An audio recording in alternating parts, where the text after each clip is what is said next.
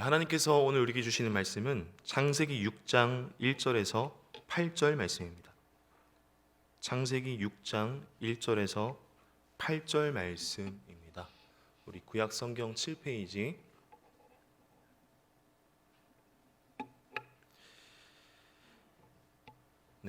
교독해서 읽도록 하겠습니다. 사람이 땅 위에 번성하기 시작할 때에 그들에게서 딸들이 나니 사람의 딸들의 아름다움을 보고 자기들이 좋아하는 모든 여자를 아내로 삼는지라. 여호와께서 이르시되 나의 영이 영원히 사람과 함께 하지 아니하리니 이는 그들이 육신이 됨이라. 그러나 그들의 날은 120년이 되리라 하시니라. 당시의 땅에는 네피림이 있었고 그 후에도 하나님의 아들들이 사람의 딸들에게로 들어와 자식을 낳았으니 그들은 용사라 고대의 명성이 있는 사람들이었더라. 여호와께서 사람의 죄악이 세상에 가득함과 그의 마음으로 생각하는 모든 계획이 항상 악할 뿐임을 보시고 마음에 근심하시고 이르시되 내가 창조한 사람을 내가 지면에서 쓸어버리되 사람으로부터 가축과 기는 것과 공중의 새까지 그리하리니 이는 내가 그것들을 지었음을 한탄함이니라 하시니라. 함께 읽겠습니다. 그러나 노아는 여호와께 은혜를 입었더라. 아멘. 하나님께 제단을 쌓는 우리 가정, 하나님께 제단을 쌓는 우리 가정이라는 제목으로 말씀 전하겠습니다. 우리 교회는 그 가정과 교회가 연계해서 자녀를 신앙 양육하는 D6, 그러니까 신명기 6장 정신을 가지고 나아가고 있는데요. 그래서 금요기도회, 가정예배지, 그리고 주일학교 성경 본문을 같이 가고 있습니다. 왜냐하면 같이 감으로써 우리 부모님들께서 금요기도 때 들은 말씀 가지고 가정 예배 때 하실 수 있도록 하고 있습니다. 그래서 오늘은 특별히 이번 주부터 이제 겨울 가정 성경학교회가 시작되는데요. 이 시점에서 왜 가정과 교회가 함께 해야 하는지, 그리고 이를 위한 올해 첫 출발로서의 2022년 가정 성경학교에 대한 짧은 소개와 그리고 가정 예배 유익에 대해서 말씀을 통해 살펴보는 시간 되었으면 좋겠습니다. 먼저 이 말씀을 살펴보기에 앞서서 우리는 이 한국 교회의 다음 세대에 대한 진단을 좀 함께 했으면 좋겠습니다. 왜냐하면 진단을 해야 우리가 나아가야 할 방향을 바라보지 않겠습니까? 한번 넘겨보겠습니다.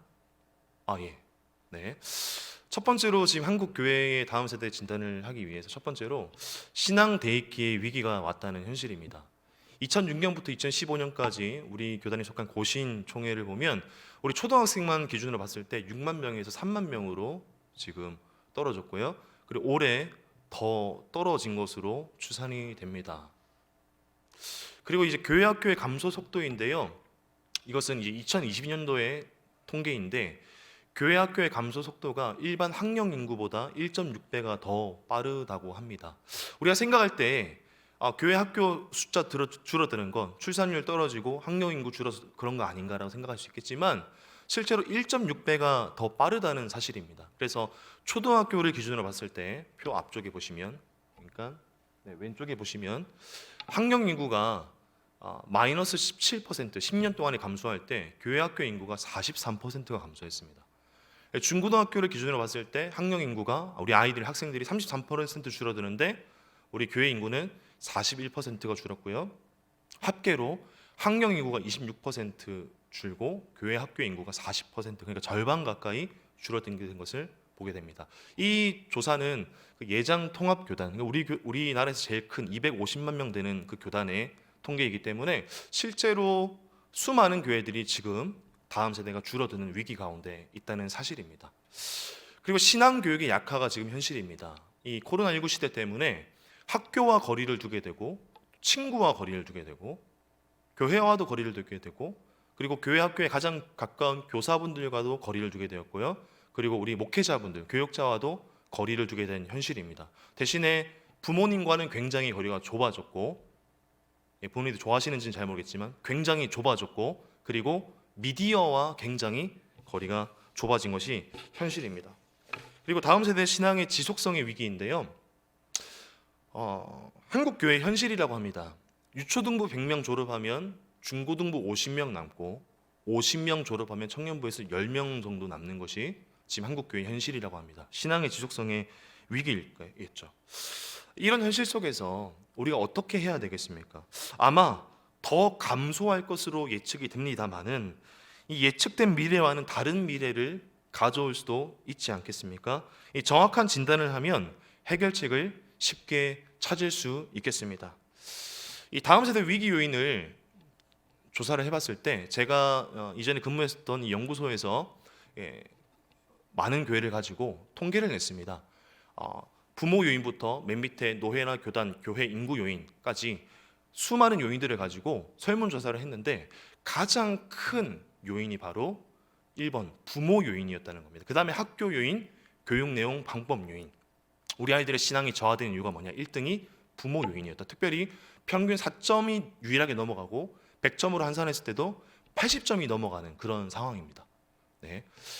부모님 요인인데 이 한 가지만 가지고 조사한 것이 아니고 부모 요인 가운데 뭐 설문조사를 또 여러 문항을 했겠죠. 그런데 정말 충격적인 것은 1등부터 6등까지 뭐 밑에 더 있겠지만은 1등부터 3등까지가 부모님에 대한 요인이 가장 컸다는 점입니다. 첫 번째로 가정의 신앙 교육 부재가 문제다. 부모들의 세속적 자녀 교육관이 문제다. 부모의 신앙 저하가 문제다. 그래서 부모님이 가장 우리 신앙의 정야에 영향을 끼치는 요인이다라는 것을 알 수 있었습니다. 그런데 이것은 부모가 문제입니다라는 것을 제가 말하고 싶은 것이 아니고 저는 정말 놀란 게 우리 자녀들의 신앙에 있어서 사실은 친구들이 가장 영향을 끼치고 교회 목사님들이나 우리 선생님들이 가장 큰 영향을 끼친다라고 생각했지만 그것이 아니고 부모님이 가장 큰 영향을 끼친다는 점에서 굉장히 부모님들이 엄청난 영향을 가지고 있다는 점입니다. 다음으로 다음 세대에게 가장 큰 영향을 끼치는 존재가 부모라는 점이 최근 통계에서도 드러났는데요. 우리 아이들이 우리 청년들까지 포함해서 복음을 받아들이는 시기를 조사했는데 20살 밑으로 예수 믿는 아이들이 75.8%, 그러니까 20살 이후로는 교회 오기가 참 어렵다는 것이고요. 부모 신앙의 영향력도 볼 수 있는데 100명 중에 85명이 부모 중에 한 명이라도 예수를 믿는 아이들이 남아있다는 점입니다. 그리고 코로나19 중에서 가장 큰 영향자는 또 부모인 것을 최근 조사를 통해 알게 됐는데요. 이전 2019년도만 해도 영향을 가장 끼치는 존재가 누구냐 했을 때 어머니, 목회자, 아버지, 교회 친구 순이었습니다. 그런데 2021년 코로나가 진행되는 그 상황 속에서 아버지와 목회자의 순위가 역전되었습니다. 어머니, 아버지, 목회자. 부모님이 가장 큰 영향을 끼친다는 것을 또 알게 된 것이죠. 그런데 신앙적인 가정을 위해 가장 중요한 역할자가 누구인가라고 봤을 때 51%가 아버지, 어머니는 40%입니다. 어머지가 아니고 어머니입니다. 신앙적인 가정을 위한 가장 중요한 역할자로는 역시나 아버지, 어머니 이렇게 된 것을 보게 되었습니다. 그런데 정말 놀라운 사실은 뭐냐면 아버지의 45%는 관여하지 않는다는 점입니다. 아버지의 자녀 신앙생활 지도 관여도에 관여하지 않음이 45%, 관여함이 55%. 중직자가 되면 좀 낫지만 집사님들 그리고 일반 성도님들은 더 관여하지 않는다는 안타까운 사실을 알게 되었습니다. 그리고 우리 아이들이 처한 상황은 뭐냐면 이 신앙 교육을 할 수 있는 시간 자체가 물리적으로 부족한 것이 사실입니다. 일주일 168시간 중에서 교회 오는 시간 1시간 아니요 더 작아졌습니다. 그래서 다음 세대 진단을 요약을 해보면 신앙 대입기의 위기가 있고 부모와 함께하는 시간이 증가했으며 다음 세대에 가장 많은 영향을 미치는 존재가 부모이고 다음 세대가 가장 많은 시간을 보내는 곳이 바로 가정과 학교라는 점입니다. 그래서 이것을 요약해보면 가정과 부모와 함께하는 신앙교육이 절실히 필요한 현실이라는 겁니다. 그래서 이것은 우리가 다음 세대를 양육하기 위해서 필수 조건이라는 겁니다. 가정과 부모와 연결해서 함께하는 거. 그래서 이 가정에서 신앙교육을 하는 것이 정말 중요한데요. 결국은 어떻게 신앙교육을 할 수 있을까요? 바로 가정예배입니다. 그런 점에서 이 부모님이 신앙교사가 되셔서 자녀를 양육하는 이 겨울 가정성경학교가 참 큰 의미가 있다고 봅니다. 특별히 이 가정성경학교를 통해서 가정예배가 시작되고 정착되고 풍성하게 되는 귀한 은혜가 있기를 소망합니다. 많은 분들이 가정예배를 많이 어려워하십니다. 왜냐하면 뭔가 정형화된 틀을 생각하시기 때문이죠. 기도는 어떻게 하고 특히 말씀은 어떻게 전해야 될까. 그래서 저는 학부모 교육과 가정 예배에 대해서 연구하고 집필 했던 사람으로서 교회에서 일률적으로 가정 예배지를 제공하는 것을 뛰어넘어서 종착적으로는 자기 가정에 맞는 가정 예배가 있어야 한다고 봅니다. 이 가정 예배, 제가 만들어 봤는데 가정 예배 DIY가 필요하다고 생각합니다. 왜냐하면 우리 자녀들의 연령이 다 다르고요. 특히 중학생만 돼도 사실 쉽지가 않습니다.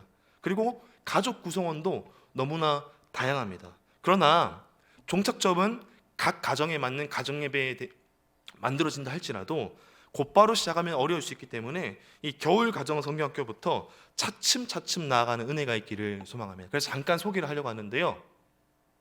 네, 한번 넘겨주시면요.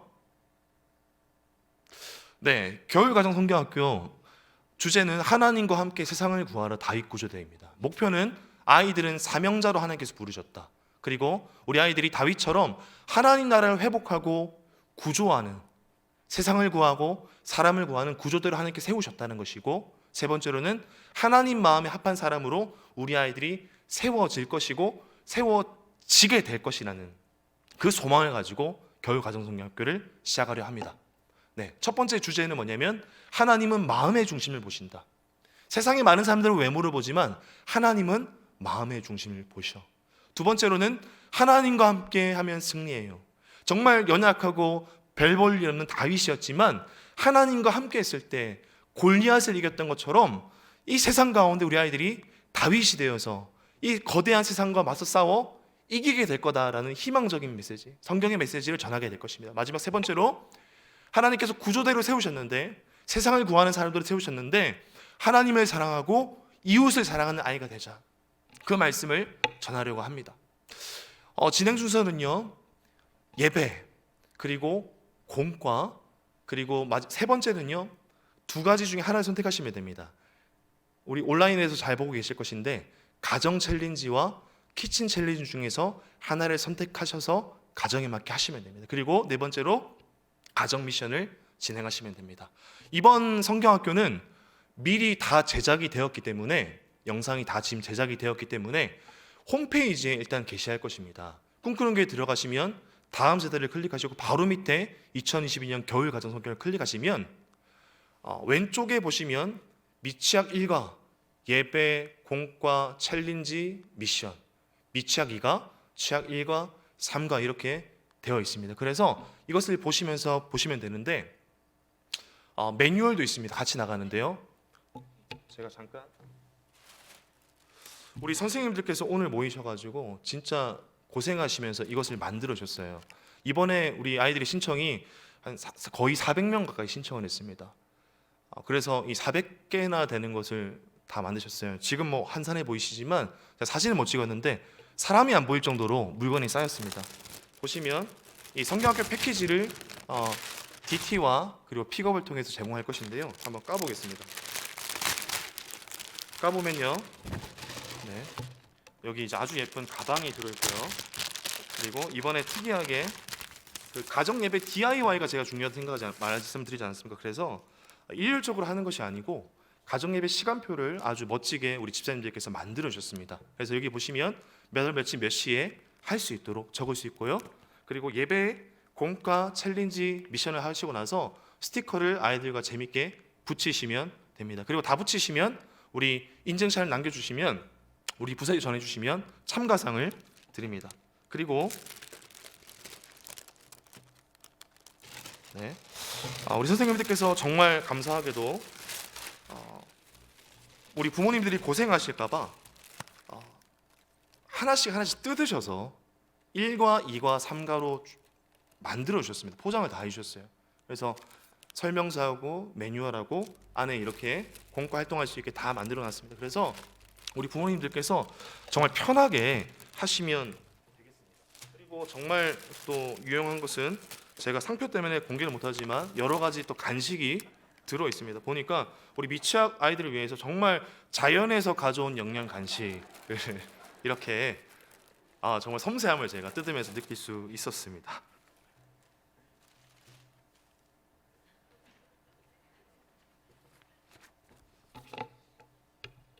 네, 그리고 우리 카톡 플러스를 통해서 PPT 한 번 더 넘겨주시면, 앞으로 한번 넘겨보겠습니다. 주시면 어려우신 분들을 위해서 왼쪽에는 이렇게 전체 매뉴얼, 그리고 오른쪽에는 순서를 다 적어놨습니다. 그래서 어려우신 분들은 이거 보시면서 클릭하시면 바로 영상 뜰 수 있도록 만들었으니까요.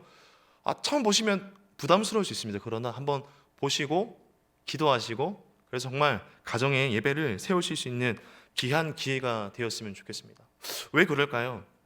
이 다윗 구주대의 주제가 이 어려운 땅 가운데 우리 아이들을 믿음으로 세우는 것인데요. 지금 우리 아이들이 처한 상황은 아까 현실에 본 것처럼 너무 어렵습니다.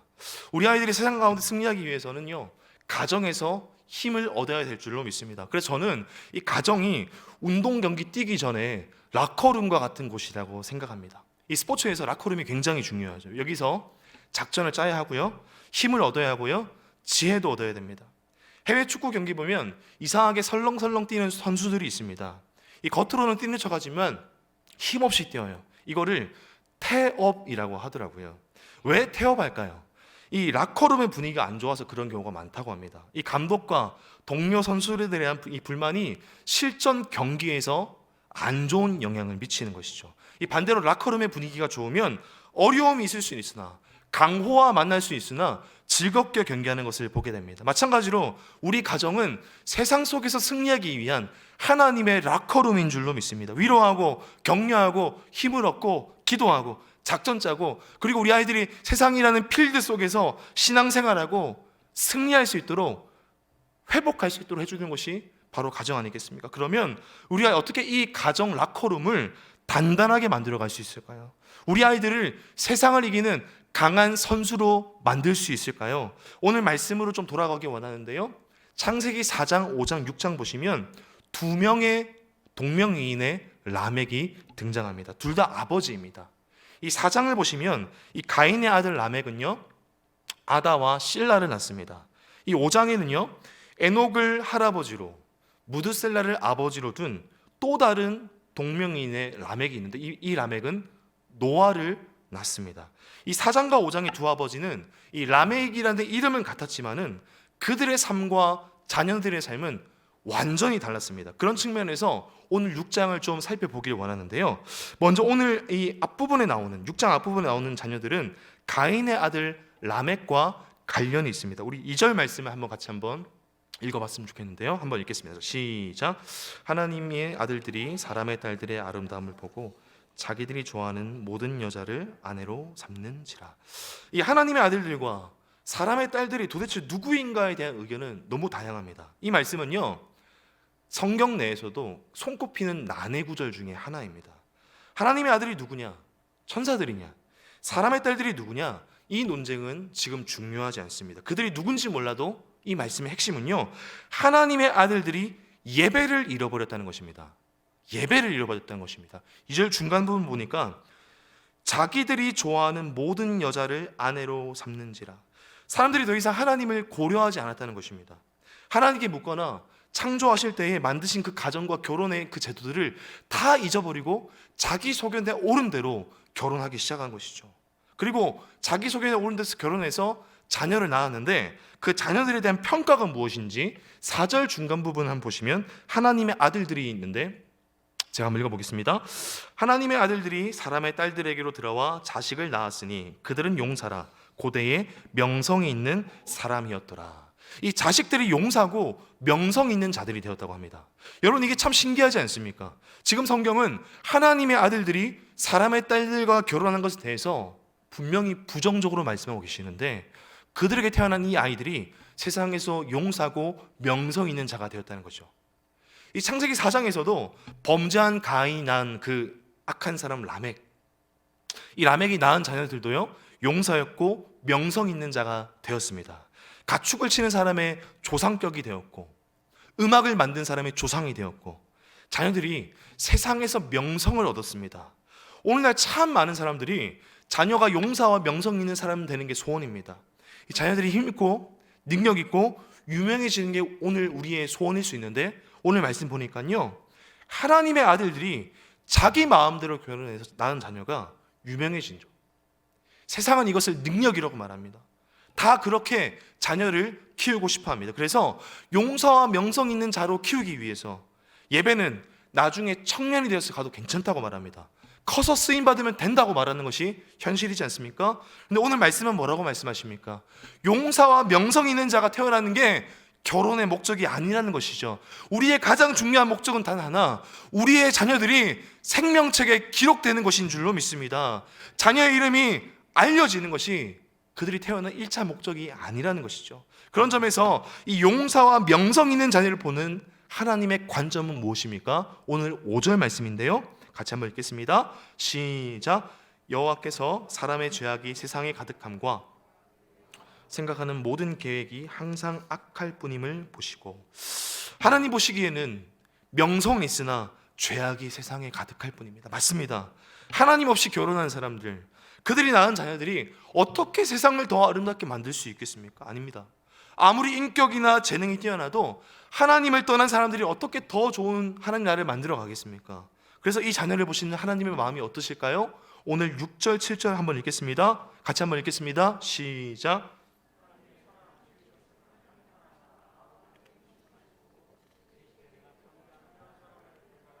쓸어버리되 사람으로부터 가축과 기는 것과 공중의 새까지 그리하리니 이는 내가 그것들을 지었음을 한탄함이니라 하시니라. 아멘. 하나님이 한탄하셨답니다.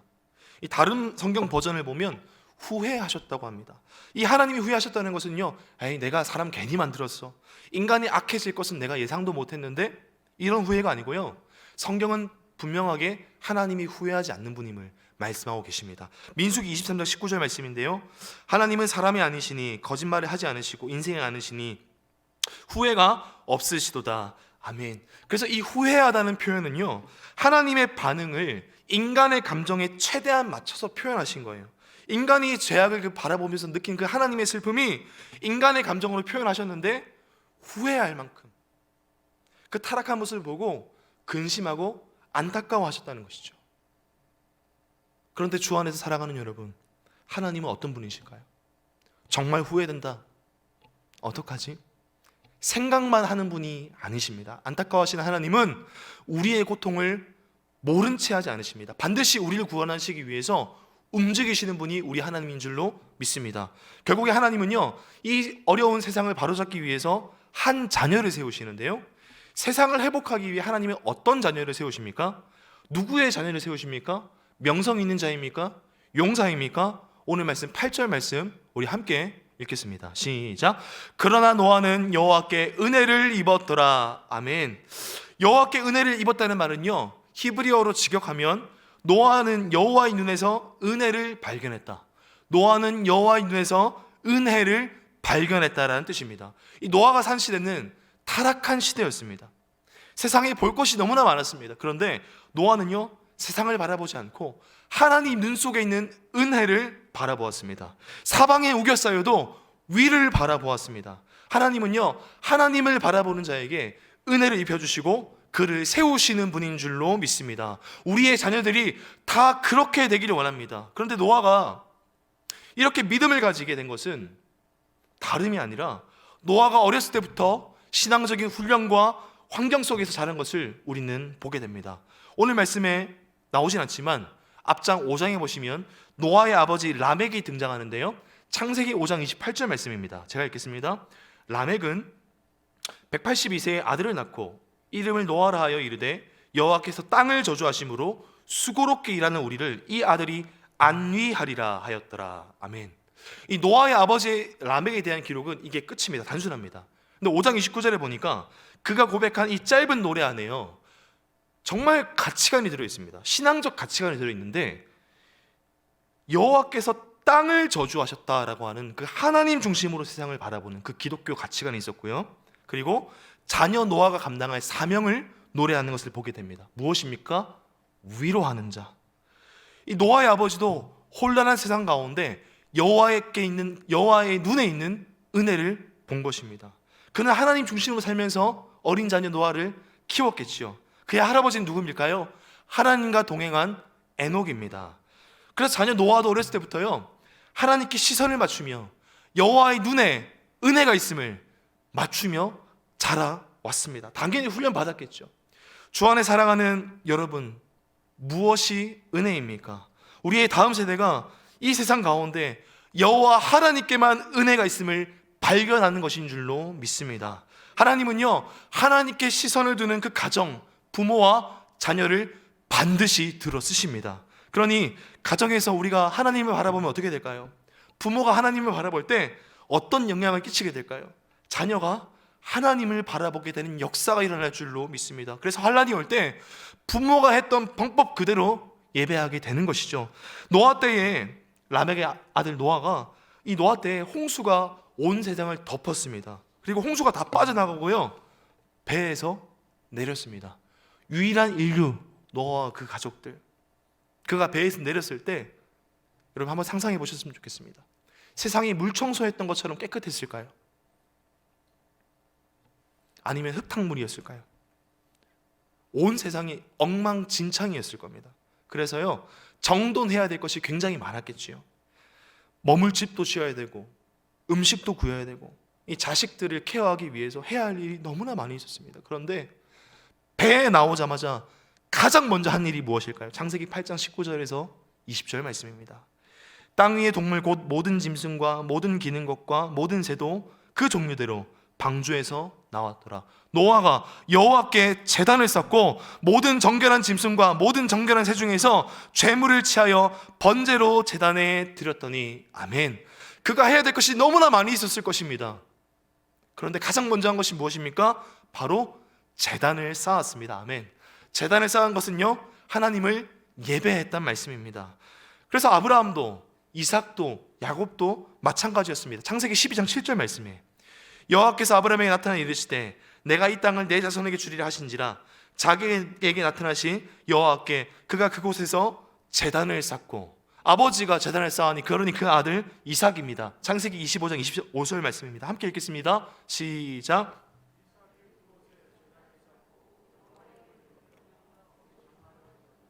이삭의 종들이 거기서도 우물을 팠더라. 그리고 그 아들 야곱, 35장 6절 말씀입니다. 야곱과 그와 함께한 모든 사람이 가나안 땅 루스 곧 베델에 이르고 그가 거기서 제단을 쌓고 아멘. 아브라함이 이삭에게, 이삭이 야곱에게 선한 영향력을 끼치는 것이죠. 부모가 제단을 쌓는 것을 보고 자녀가 자라면서 흔들리긴 흔들려도 그대로 제단을 쌓는 것입니다. 내 자녀가 하나님이 누군지 가르쳐 주는 건 하나님 앞에 그것만큼 중요한 일이 있겠습니까? 우리 가정 가운데, 우리 자녀들 가운데 하나님의 은혜를 발견하고 예배하는 자녀들이 다 되기를 주님의 이름으로 축원합니다. 가정 예배 가운데 우리가 주님을 바라보게 될 때 우리의 자녀들이 세상 가운데 경건하게 능력 있는 자로 서게 될 줄로 믿습니다. 오늘 말씀을 맺으면서요, 이 일제시대 때 이 기독교인들의 가정 예배를 잠깐 살펴보면서 말씀을 마무리하기를 원합니다. 이 1918년도에 발간된 성경 잡지가 있는데요, 처음 1권 1페이지에 어떤 글이 있을까요? 제가 한번 읽어보겠습니다. 가정 예배는 도덕 근본상의 작용이요 그리스도교의 일종 특색으로 수신제가의 요소로다. 1권 1페이지에 이런 글이 있는데 요거를 현대어로 좀 번역을 해봤습니다. 가정 예배는 도덕 근본상의 작용입니다. 이는 자신의 몸과 집안을 잘 다스리는 요소입니다. 그리스도 교회에는 한 가정이 늙은이와 어린애와 남자와 여자와 하인들을 보살피며 거느리고 교칙을 지키어 아침 저녁으로 예배하지 않습니다. 또 1922년에 조선 장로교 장로의 헌법이 있습니다. 보시면 여기 헌법에 적혀 있는데 가정 예배는 집안마다 반드시 힘쓸지니 아침과 저녁으로 기도하며 성경을 보며 찬송을 할지니라. 이 장로의 헌법에 가정 예배에 대해 법으로 정해 놓은 것이죠. 그래서 가정 예배를 드리지 않으면 이 교회에서 공식적으로 권면을 했다고 합니다. 여러분, 왜 이렇게 가정 예배를 강조했을까요? 100년 전이면요, 나라가 빼앗긴 상황입니다. 그런데 그 암울한 상황 속에서도 내 자녀가 일어나고 가정이 일어나는 것이 어디에 있단 말입니까? 하나님, 이렇게 기도하지 않았을까요? 하나님, 이 나라가 비록 망했지만 그래도 하나님이 이 나라의 주인인 줄로 믿습니다. 그 하나님이 우리 가정의 주인이십니다. 하나님, 내 자녀가 일어나고 우리 가정에 일어나는 것이 어디에 있습니까? 하나님, 나라는 망했지만은 가정 예배 가운데 우리 아이들에게 주님이 소망을 주시옵소서. 이 고백이 당시에 있었습니다. 그래서요, 그 일제 시대 속에서도, 그 핍박받는 가운데서도 교회가 흔들리지 않고 굳건하게 설 수 있었습니다. 지금 이 시대를 보면 참 어렵습니다. 우리가 처한 현실이 어렵고 자녀를 믿음으로 양육하기 너무나 어려운 상황입니다. 그러나 하나님이 우리 가정을 이 땅에 심으신 줄로 믿습니다. 우리 자녀를 믿음의 사람으로 사용하실 줄로 믿습니다. 하나님은 누구를 사용하실까요? 첫 번째 라멕, 이름난 자녀들, 그러나 예배를 잃어버린 자들일까요? 아니면 두 번째 라멕, 제단을 쌓고 하나님의 눈을 바라본 라멕과 노아일까요? 하나님은 누구를 사용하십니까? 하나님께 시선을 고정한 노아를 통해 일하시는 분이 바로 우리 하나님이십니다. 그래서 우리 아이들이 하나님께 시선을 두고 하나님을 바라볼 때 회복되게 될 것이고 가정이 서게 될 것이며 우리의 모든 다음 세대들이 주의 은혜 가운데 바르게 설 줄로 믿습니다. 그래서 이 시간 가운데 우리 함께 찬양하시면서 하나님, 우리의 자녀들이 주께만 소망이 있음을 바라보는 자녀들 되게 하여 주시옵소서. 하나님, 우리 교회에 속한 우리 모든 꿈꾸는 교회 우리 다음 세대들이 세상을 바라보지 않고 하나님께만 은혜가 있음을 알고 하나님의 눈에 맞추는 우리 모든 자녀들 될 수 있도록 하나님 인도하여 주시옵소서. 하나님, 믿음의 유산을 남길 수 있는 우리 가정이 되게 하여 주시옵소서. 내가 되게 하여 주시옵소서. 그러기 위해서는요, 우리 힘과 능력으로 되지 않는 것임을 우리가 잘 알고 있습니다. 하나님께 시선을 둘 때 그 일이 가능한 줄로 믿습니다. 우리 함께 믿음의 고백을 함께 고백하며 나아갔으면 좋겠습니다.